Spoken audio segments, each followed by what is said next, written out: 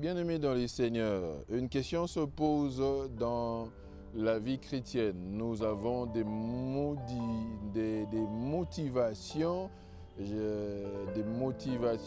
dans nos prédications, dans nos enseignements, dans nos églises par rapport à la foi. Mais une question se pose dans la vie, dans la pratique de la vie. Est-ce que il est possible d'être en retard? Il est possible d'être en retard ou le retard existe-t-il dans la vie ou dans l'existence? Ce qui est important, c'est seulement de gagner, peu importe le temps. Bonjour à vous, bonsoir, ça dépend de l'heure à laquelle vous nous recevez. Moi, c'est le pasteur David. Nous voudrions aborder ou parler sur pourquoi le retard. Pourquoi le retard? Daniel chapitre 10, le verset 12 et le verset 13. Daniel chapitre 10, le verset 12 et 13, je vais lire. Je prends la version en français courant. Daniel chapitre... Daniel chapitre 10, le verset 12 et le verset 13. La Bible dit ceci. Il ajouta, n'aie pas peur, Daniel. Dès le premier jour où tu as manifesté ton humble soumission envers Dieu, en ayant à cœur de comprendre ce qui se passait, ta prière a été entendue et je me suis mis en route pour t'apporter la réponse. Mais l'ange protecteur de l'empire perse, s'est opposé à moi pendant 21 jours, jusqu'au moment où Michel, l'un des principaux anges, est venu à mon aide, et jusqu'à ce qu'il est venu à mon aide. J'ai donc été retenu auprès de roi de Perse. Ça, c'est la parole de Dieu. Nous connaissons cette histoire de Daniel qui a décidé d'entrer en prière, pour comprendre pourquoi ça se passe comme ça. Il y avait une prophétie qui avait un temps fixé mais qui ne s'est pas accompli en son temps. Et Daniel s'est décidé, en toute humilité, d'entrer en prière pendant 3 semaines, d'où les 21 jours de prière et la rubrique de prière de Daniel dans nos églises. Alors, nous nous posons la question, pourquoi le retard? Pourquoi le retard? Si ça existe, pourquoi?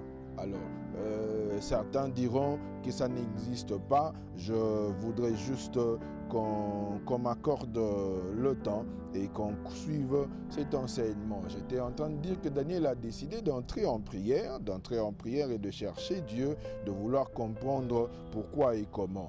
Mais pendant ce temps de prière, pendant que Daniel était en prière, quelque chose se passe, quelque chose d'étrange se passe dans les spirituels, dans l'invisible. Et c'est là, Daniel n'est pas informé, n'est pas au courant. L'ange, en fait, la Bible dit, le jour même où il a décidé d'entrer en prière, de s'humilier, d'entrer en prière, ce jour-là même, sa prière a été entendue. Et l'ange qui a été chargé de lui apporter la réponse a été dépêché. Donc, c'était automatique. Mais bizarrement, quelque chose se passe. L'ange envoyé en mission est retenu. La Bible parle, il y a des versions qui parlent du surveillant de Perse, le prince de Perse dans d'autres versions. Mais là, il s'agit simplement d'une force spirituelle de mal qui a travaillé.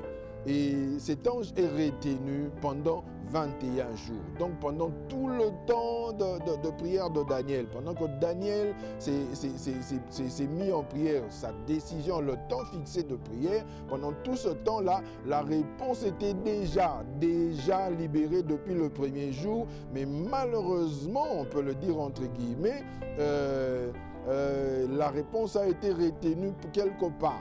Et Daniel ne le savait pas. Et quand l'ange arrive chez Daniel, la Bible dit, le jour où l'ange vient, c'est un 24e jour du mois. Donc on peut supposer, c'est 3 jours après que Daniel ait fini sa prière.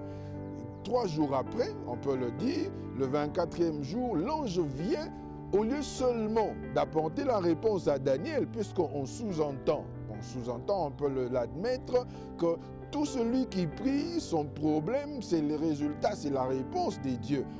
Daniel était aussi de cette catégorie. Daniel était aussi parmi et aussi dans cette catégorie. Il a prié, il n'attendait que la réponse. Il n'avait pas besoin de connaître tout ce qui se passait dans les spirituels, notamment la supposée incarcération de cet ange qui a été mandaté pour lui apporter la réponse. Mais l'ange, quand il arrive devant Daniel, quand il arrive en face de Daniel, il lui rapporte tous les faits, tout ce qui s'est passé pendant qu'il était en prière.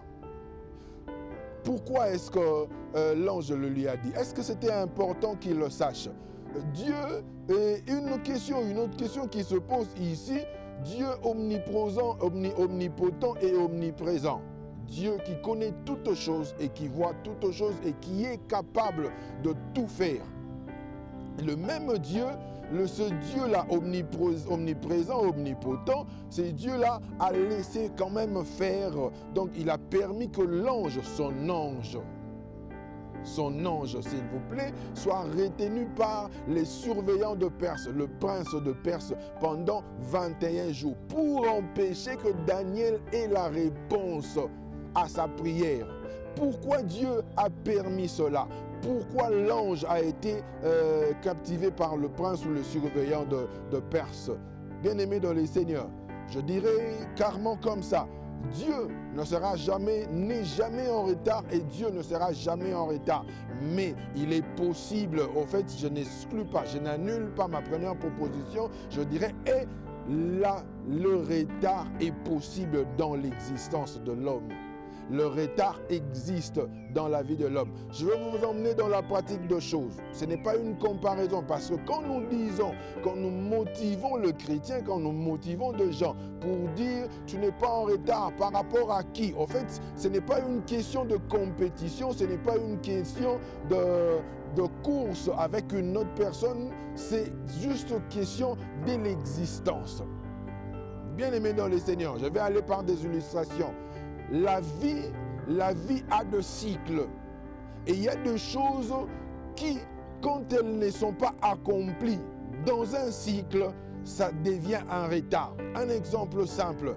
Une personne qui n'a pas pu étudier à l'âge propice et qui arrive à l'âge adulte, mûr, mature et qui est obligé par des circonstances, peut-être par exemple parce qu'il a trouvé un emploi où il a beaucoup travaillé, il a travaillé pendant un temps, on lui exige pour monter de grade, avoir les diplômes des études supérieures par exemple. Quand il revient dans les études, il n'aura pas la capacité d'étudier comme les jeunes qui sont avec lui dans le même auditoire.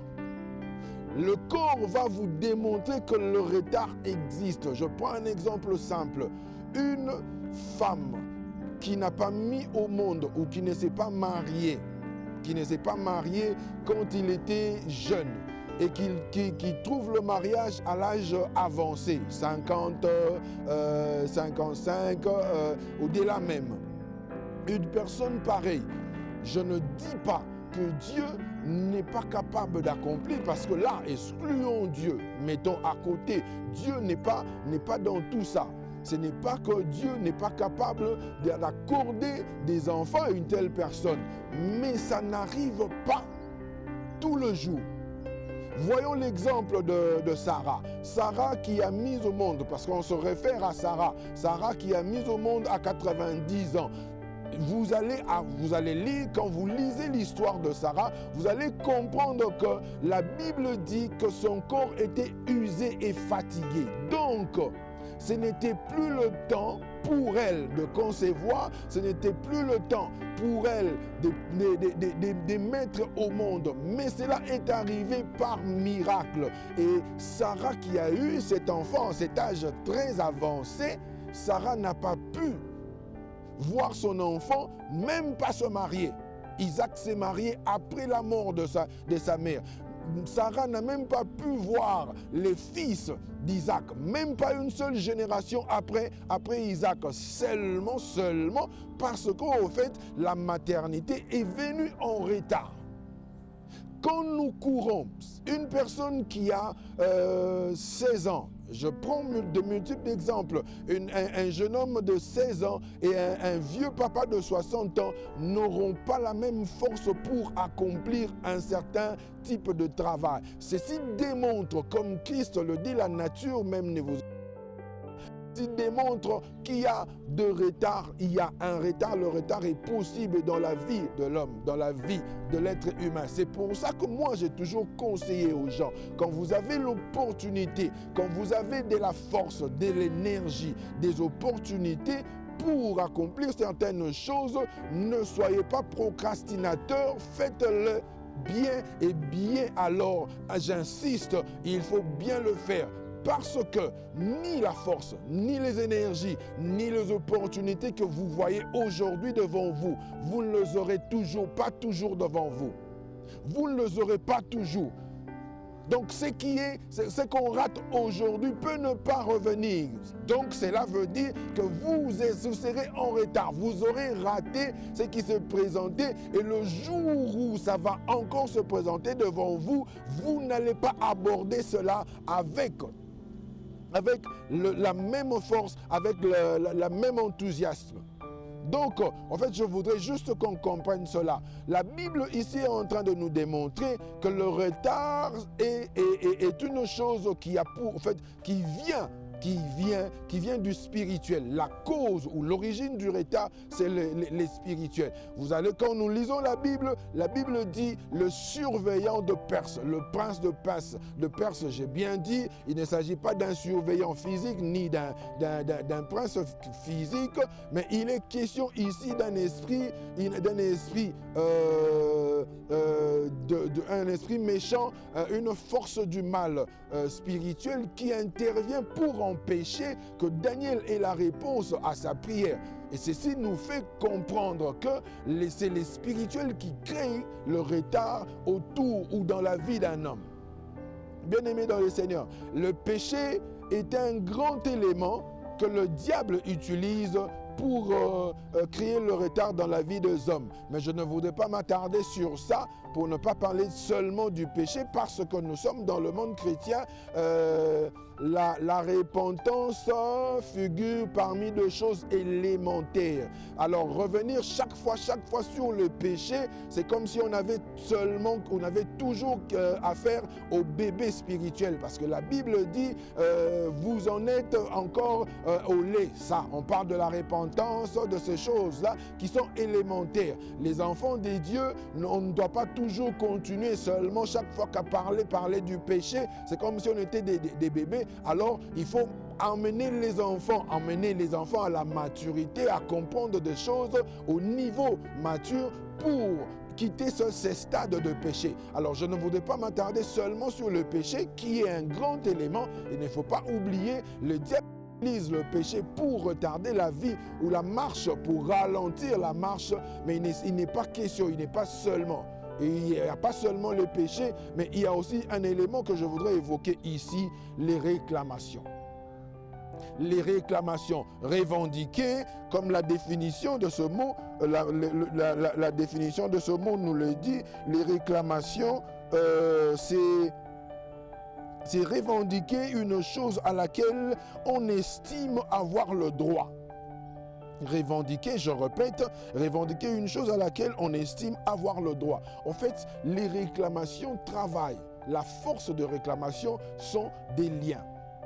le lien et la force de réclamation. Je ne parlerai pas seulement de lien dans le sens, les liens diaboliques, le lien de la malédiction, lien de l'échec, lien du célibat, lien du mariage ou autre chose, ou toute autre chose que vous connaissez en forme de lien, sur les enseignements sur le lien.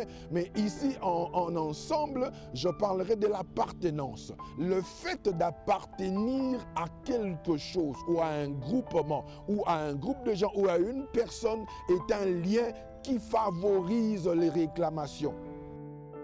Ça veut dire la source, chacun de nous a une source, chacun de nous a une origine. Et ces origines qui sont régies par un esprit, ces esprits qui maintiennent ces origines sous une emprise vont faire de réclamations pour attirer. Donc, la réclamation travaille dans le sens où il est question de retenir tout le monde sous une emprise et de traquer tous ceux qui ont échappé à cela, de le ramener sous cette emprise. C'est comme ça que les réclamations travaillent. C'est pour ça que j'ai dit la force de réclamation sont de liens. Part de réclamation. Je donne un exemple, un témoignage. Un frère qui est sorti de la pauvreté, qui est sorti d'une famille très pauvre, une famille où il y a beaucoup de signes de malédiction, beaucoup de signes de pauvreté, d'échec. Ce frère va en voyage quelque part, en voyage d'affaires. Il devait rencontrer un groupe de clients. Et puis, la veille du jour où il devait rencontrer ses clients, c'est lui qui jouait le pont, c'est lui qui était le facilitateur de cette affaire, a été emprisonné, arrêté par la police et puis mis en prison. Et ceci a pris du temps jusqu'à ce que, en fait, jusqu'au niveau où les clients se sont découragés, ils sont partis. Parce qu'ils attendaient que les facilitateurs, c'était le seul qui était en contact entre les clients et les vendeurs. Donc, comme les facilitateurs étaient en prison, les clients avaient aussi d'autres occupations, ils ont fini par partir. Le malheur, bien-aimé dans les seigneurs, le malheur dans le retard. Quand le retard arrive dans la vie d'une personne, il est possible de se lasser, il est possible d'abandonner. Par conséquent, d'échouer, même après avoir fourni beaucoup d'efforts, même après avoir dépensé beaucoup d'énergie, même après avoir beaucoup sacrifié. Quand les choses sont ralenties, quand la marche, la course est ralentie, il est possible de se fatiguer, il est possible de se lasser, il est possible d'abandonner. C'est ça le grand danger. Parce qu'on peut dire, même si cela arrivait en retard, l'essentiel est que je l'obtienne. Cela n'arrive pas tout le jour. Parce que ça peut prendre du temps. Bien-aimés dans le Seigneur, sachez une chose. Si le diable n'est pas en mesure de vous empêcher de marcher, si le diable n'est pas en mesure de vous empêcher de courir, il va chercher à vous retarder. Il va créer le retard. C'est ça. La méthode, la manière ou la stratégie, la malice du diable. Quand il ne sait pas vous empêcher de posséder quelque chose. Quand il ne sait pas vous empêcher, vous décourager, ce qui attire, ce qui crée autour de vous, c'est le retard. Et si ceci travaille ou arrive par de réclamation dès ses origines, par de réclamation. Un frère me relate une histoire, il était parti quelque malheureusement pour lui, il n'a pas su se garder. Il est tombé dans une tentation et juste après la tentation, il se couche, il voit une vision, on lui montre une montre. Et quand il sursaute, il m'appelle, il me raconte l'histoire, on dit papa, j'ai failli, je suis tombé dans tel problème, voilà, et puis j'ai vu la vision d'une montre. J'ai compris directement au fait que le Saint-Esprit voulait lui faire comprendre que ce péché, ce problème a retardé. En fait, a retardé sa marche. Effectivement, ce qu'il était parti faire n'a pas bien marché suite seulement. Le diable, connaissant ses faiblesses, connaissant ses origines, les réclamations ont travaillé pour que ce frère se retrouve dans cette faille pour qu'il soit retardé. Bien-aimé dans les Seigneurs, je dis, j'insiste et j'insiste, quand le diable ne sait pas vous retarder, ne sait pas vous empêcher de courir, il va chercher à vous retarder. Je vais vous donner un témoignage et pour clôturer à ce niveau-là. Un frère né d'une relation illicite. En fait, c'est vraiment les choses spirituelles. Des fois, les pasteurs, nous rencontrons de choses comme si c'était un film. Un frère qui est né d'une relation illicite entre son père et sa mère l'ont eu pendant qu'ils étaient très jeunes et puis ils se sont séparés. Il a évolué entre les mains d'un parent et il a grandi, il est même devenu serviteur de Dieu quelque part. Pendant un temps de prière, il priait, il ne vivait pas avec ses parents, il a déjà fondé sa propre famille, il a pris un temps de prier sur sa vie et puis il voit dans une vision, quelque part dans un village, un groupe de vieux réunis en train de parler de la mort de son père. Et puis il entre dans la pièce, un vieillard parmi ces gens réunis dit heureusement, en fait c'est le fils du monsieur, c'est lui qui va remplacer et prendre la place de son père. On doit faire des rituels sur lui et pour remplacer son et il répond tout bonnement à ces messieurs, mais c'est pas normal, moi je ne l'ai jamais connu et en plus je suis serviteur de Dieu, ça ne peut pas se passer comme ça.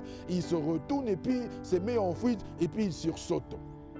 Quand il l'a partagé avec moi, je lui ai dit, frère, ça c'est une réclamation des choses qui viennent de tes origines, de ton père ou de tes aïeux, qui cherchent à te ramener sous cette emprise. Parce qu'au fait, dans sa marche, il est le seul à sortir de cette vie de sa famille, à vivre différemment. Et le monde spirituel n'a pas voulu ou ne voudrait pas le laisser dans cette forme de vie et voudrait le ramener. C'est pour ça que ces choses travaillent comme ça. Comme il a une appartenance non seulement à son père, mais à sa famille. Et ces choses ont travaillé pour le ramener. Heureusement pour lui que même dans sa vision, il a pu se défendre et donner sa position. Bien-aimé dans le Seigneur, la vie est spirituelle. J'insiste, cette année, je ne le dirai pas assez. Je continuerai à le dire. Il faut qu'on le comprenne. La vie n'est pas ce que nous voyons dans le physique. La vie est spirituelle. C'est lui qui travaille plus dans les spirituels va vaincre dans les physiques. Que Dieu vous bénisse.